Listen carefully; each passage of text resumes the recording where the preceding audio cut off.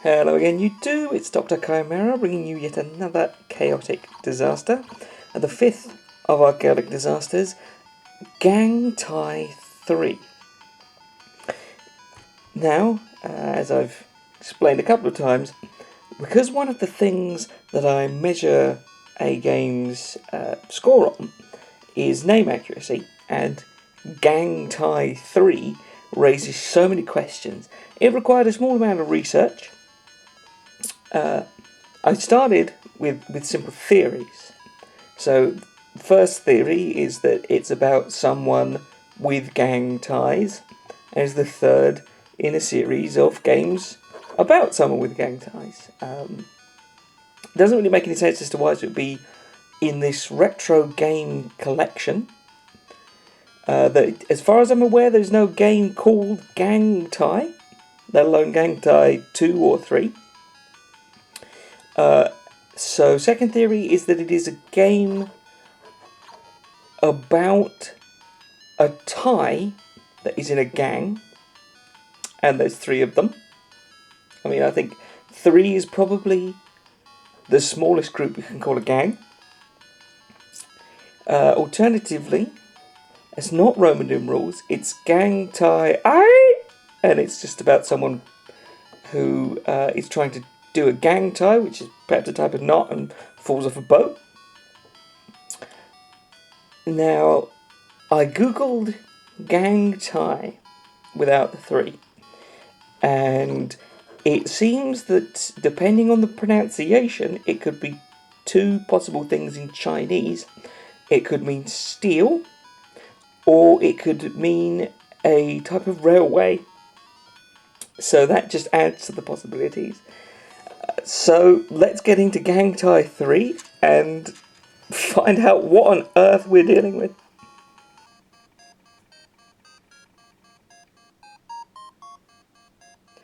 Well, I wasn't expecting that. It appears to be a space shuttle being chased by a helicopter shooting bombs out of a machine gun.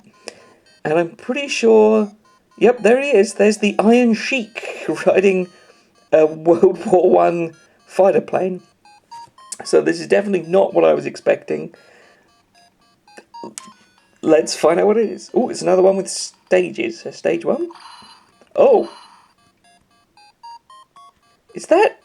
That is just flat out a sprite from Metal Slug that has just been stolen. Okay, so the lower button shoots little fireballs from this little superhero man, and the top button fires a hyper beam that seems to be superior. I suppose the advantage is... I see. So you can fire the little fireballs while you're moving, and the beam seems to be stronger, but you stop flat out for. I'm trying to work out if my superheroic fella here has a jetpack on. I see. I think that he's... So he's got a little fire coming out of his feet. And also out of his hands. So he's sort of doing an Iron Man.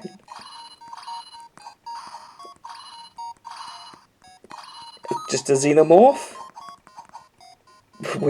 in a completely different art style. He's copying my moves.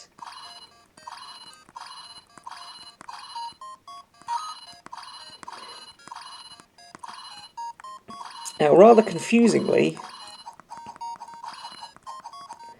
it makes a sound almost like the classic item collection noise when you get hit. So every time I think I've collected some sort of absolutely minuscule power-up, Stage 2. Will it be a different scenario? Yes, it's different backdrop, not different enemies thus far, so in that way it's rather like Tank War.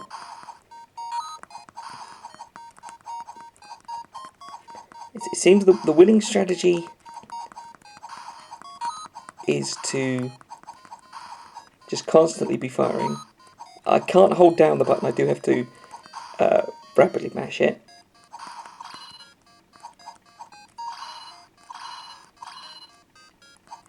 Now I'm noticing a rather strange animation that I'm going to go ahead and call him Gang Tie. That Gang Tie does when I do the repulsor beam here.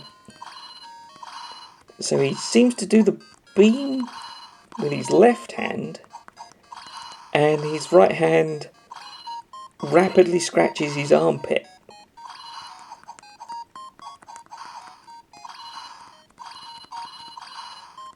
I can't hold down the beam either, so it looks like the only option is button mashing.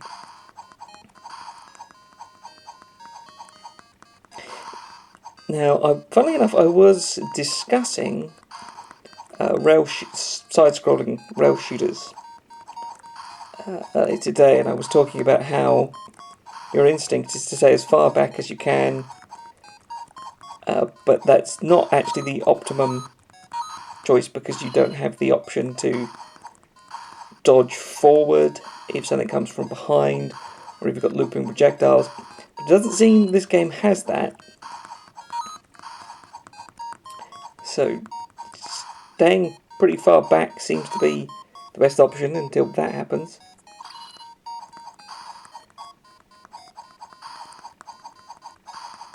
It's got the same rules as Tank Wars as well, in that the rapid fire is not controlled by any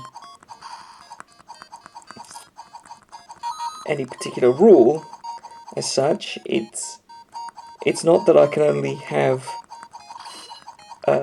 3 and I've got a cooldown. It's that as soon as they're off the screen, it's fine to shoot again. So if I get right close, I can just really hammer them out.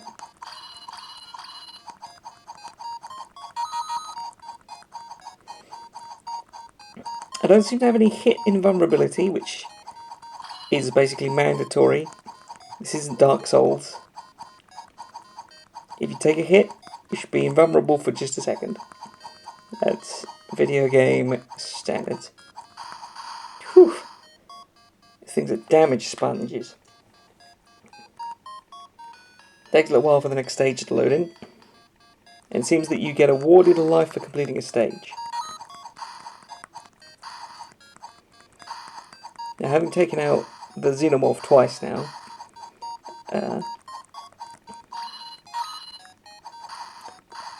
and just seeing just how many shots it takes to do it, I'm just reminded of, in the original Doom, the Cyber Demon had a ludicrous amount of health. And the official Doom guide listed the strategy as shoot it until it dies. And to this day, it's still the best piece of advice I've ever gotten from a strategy guide. Actually starting to get quite a sort of a cramp pinching feeling in my right hand from just having to repeatedly wallop this button.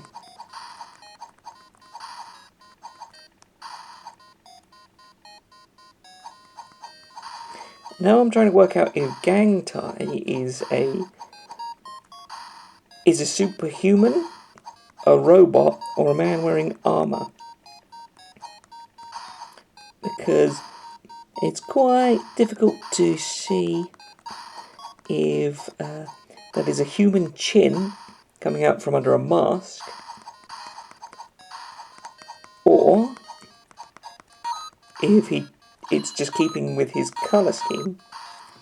So the biggest threat is definitely the mortar shooting metal slug soldiers. I have a feeling those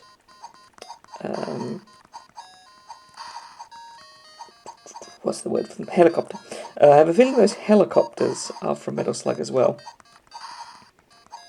The Iron Sheiks almost certainly are. They have a strong resemblance to certain Metal Slug characters.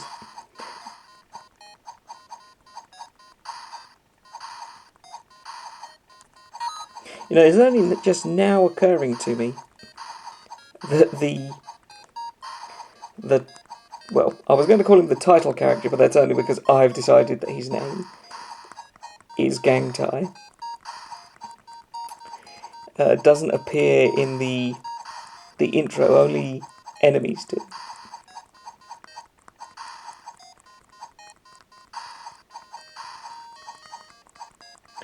But the question is why is it Gang Tai 3?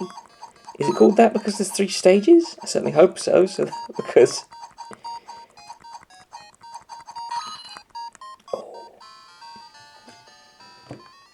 I narrowly avoided my classic blunder of saying something and then immediately being punished for it, because I was just about to say I haven't had a gangover? Yep, that's what we're going with. I haven't had a gangover since I started playing, and then I just immediately had one. But I got pretty far, presuming that it was 3 stages.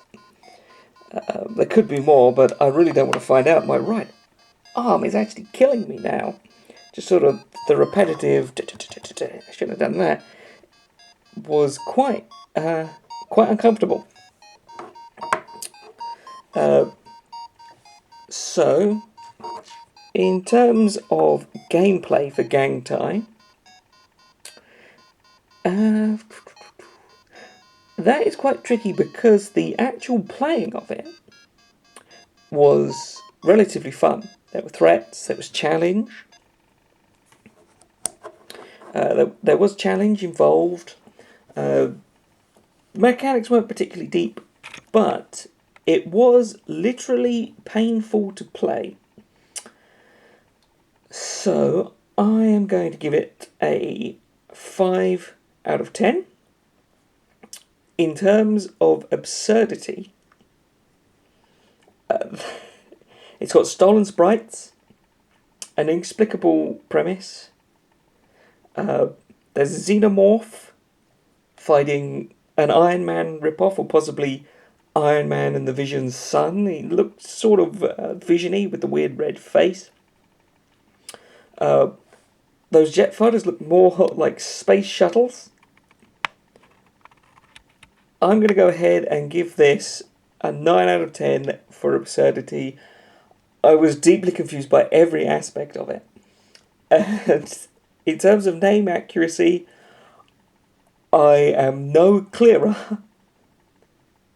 now than I was before I played the game as to how accurate the name is.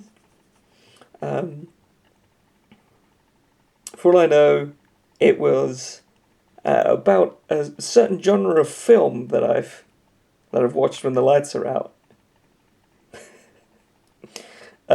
So in terms of name accuracy, we're going to give a 1 out of 10, which will be my lowest. I'm not going to give zeros except in special circumstances, because I have no idea what I just saw.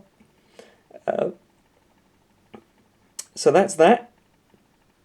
I'm deeply confused, and I'm now going to go rub some muscle pain relief onto my arm.